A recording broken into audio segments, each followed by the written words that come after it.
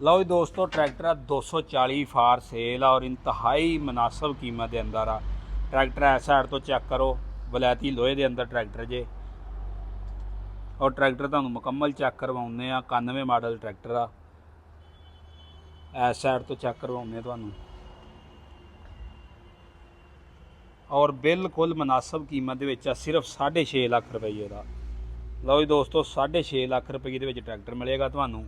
मैं इसकी लोकेशन और राबता नंबर भी दोस्तों नाल शेयर करदा वां। पहले मैं तुहानूं ट्रैक्टर चेक करवा ला। इस साइड तो करो चेक जी ट्रैक्टर।